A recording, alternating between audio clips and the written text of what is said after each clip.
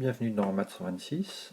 Alors dans cette vidéo, on va faire un petit survol assez rapide de ce qu'il faut savoir donc sur les équations différentielles linéaires du second ordre et un coefficient constant. L'équation qu'on considère, c'est l'équation ay seconde de t plus by' de t plus cy de t égale f de t. Alors la première chose à voir, c'est que c'est une équation linéaire. Linéaire, ça veut dire que comme pour les équations du premier ordre, eh bien on va avoir le principe de superposition qui va s'appliquer, c'est-à-dire que toutes nos solutions y de t, en fait, on les aura en déterminant les solutions de l'équation homogène associée, qu'on va noter y0 de t, plus une solution particulière, peu importe laquelle, notée p de t, de l'équation complète avec second membre.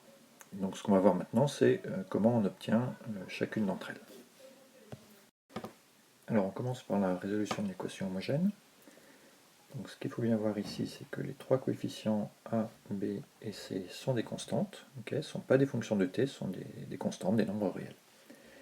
Alors si je reviens un petit peu en arrière, l'équivalent pour une équation du premier ordre, ce serait ay'0 de t plus by'0 de t égale 0. Alors ça, vous savez bien le résoudre maintenant, donc ça fait y'0 sur y0 égale moins b sur a. Et donc vous en déduisez que la solution c'est y0 de t égale k exponentielle moins b sur a t. Ok, maintenant si je définis en fait le polynôme ax plus b égale 0, polynôme très simple du premier degré, en fait c'est un polynôme qui est associé à l'équation du premier ordre qui est ici, et en remplaçant la dérivée première y'0 par x, et y0 de t par 1. Donc ax plus b égale 0, évidemment sa racine de ce polynôme c'est r égale moins b sur 1. Et avec cette notation, on voit qu'en fait le y0 de t, eh bien, il s'écrit sous la forme k fois exponentielle rt, donc où r est la racine du polynôme caractéristique associé à cette équation-là. Et bien ce qu'on va faire maintenant, c'est généraliser ça avec des équations d'ordre 2. Voilà, donc je passe maintenant aux équations homogènes mais d'ordre 2.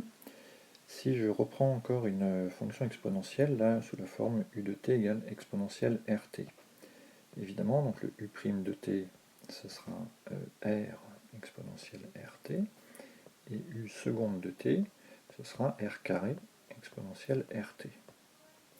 Et donc je vois bien que si je remplace ça dans l'équation, eh bien a u seconde plus b u' plus c u, en fait ça fait a r carré plus br plus c, le tout fois exponentielle rt. Ok, donc ça veut dire que si je veux annuler tout ça, annuler a u seconde plus b u' plus c u, c'est-à-dire la même équation que l'équation homogène qui est là, il me suffit d'annuler ce trinôme du second degré ici. Donc je vois bien que si j'ai une solution, si j'ai deux racines différentes à ce trinôme, R1 et R2, eh bien exponentielle R1t ou exponentielle R2t sont solutions de l'équadif homogène. Et donc d'une façon plus générale, en fait, n'importe quelle combinaison linéaire y0 égale grand A exponentielle R1t plus grand B exponentielle R2t sera solution de l'équation homogène. Okay, donc encore une fois, R1 et R2, ici, ce sont les racines du trinôme du second degré à R2 plus BR plus C égale 0. Voilà, alors ça c'est systématisé donc, dans votre polycopier. Donc les résultats ils sont résumés dans le tableau qui est ici, là, que j'ai repris de la section 4 du polycopier, et le détail des calculs, que je ne refais pas ici, il est expliqué dans la section 5, que je vous invite à relire également. Donc en fait ce qu'on fait, c'est qu'on reprend notre équation homogène du deuxième ordre, et on va lui associer le polynôme du second degré ax2 plus bx plus c. Donc en fait on remplace y seconde par grand x carré, y' par grand x, et y par 1. Et on va chercher des racines de ce trinôme. Donc pour ça, comme d'habitude, on calcule le discriminant, b2 moins 4ac, puis on regarde son signe. Et si le signe est positif, il y a deux racines réelles, si le signe est égal à 0, il y a une racine double, et si le discriminant est négatif, eh bien on n'a pas de racine réelle, mais en fait deux racines complexes conjuguées. Et donc ça, modulo des petits calculs, ça nous amène à la forme générale des solutions de l'équation homogène dans chacun des trois cas. Voilà. Donc vraiment la résolution de l'équation homogène elle est entièrement résumée par les quelques lignes qui sont là. Bien, alors donc, si on revient à l'équation complète, on a vu que l'ensemble des solutions c'est de la forme y de t égale les solutions de l'équation homogène y0 de t, donc on vient de déterminer, et puis il nous reste à trouver une solution particulière p de t. Alors pour cette solution particulière, on a deux options, c'est exactement comme pour les équations du premier ordre. La première option c'est par analogie, c'est-à-dire que on va proposer un p de t qui va ressembler au second membre f de t. Alors ça marche très bien si on a un second membre f de t qui contient par exemple des exponentielles, qui contient des sinus ou des cosinus alpha t, ou bien qui contient par exemple un polynôme qui est un polynôme p de t. Okay, donc le détail de cette méthode par analogie, elle est expliquée au paragraphe 4.2 de votre polycopier. C'est vraiment la méthode qu'il faut privilégier. Si jamais ça ne marche pas, on peut toujours faire une méthode de variation de la constante. Là aussi, comme on fait